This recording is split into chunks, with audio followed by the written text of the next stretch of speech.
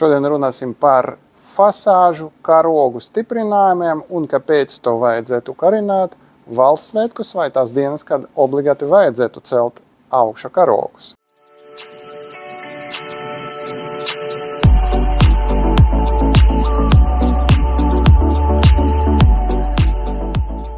Sāksim ar pamatu.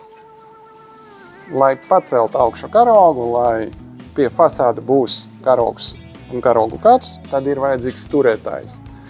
Mēs piedāvājam dažas variācijas ar tiem karogu turētājiem. Dažādas pēc krāsas, baltie, zilie, melnie, antracīti krāsa, pelēcīgi, atkarīgi no tā, kā tās dizains, tā krāsa pielāgojas jūsu fasāda krāsai.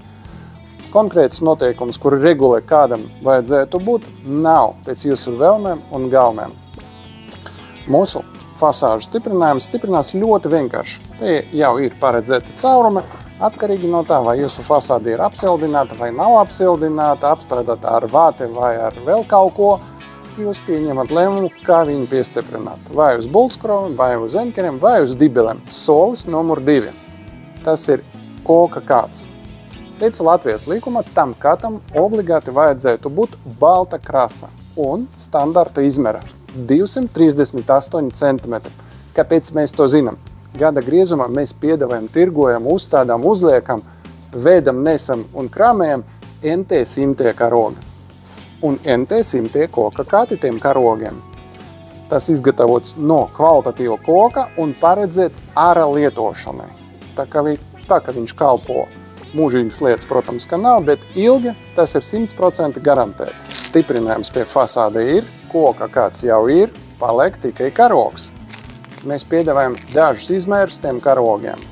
Standarta komplektācija tiem karogiem nāk ar sēra lentu un iespaidīgi izmeri, kuri ir paredzēti koka katam, tas ir vai 75 x 1,5 metru vai 1 x 2.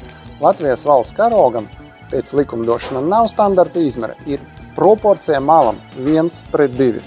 Ja jūs gribat lielāku vai mazāku karogu, to mēs arī varam izgatavot. Galvenais saglabāt to proporciju 1:2. Un pēdējā lieta, ko es jau gribu parādīt, cik ātrā laikā var salikt to visu. Ņemam karogu ar tuneli, kurš ir tieši paredzēts tiem koka kātiem, kurus mēs piedāvājam. Un no augša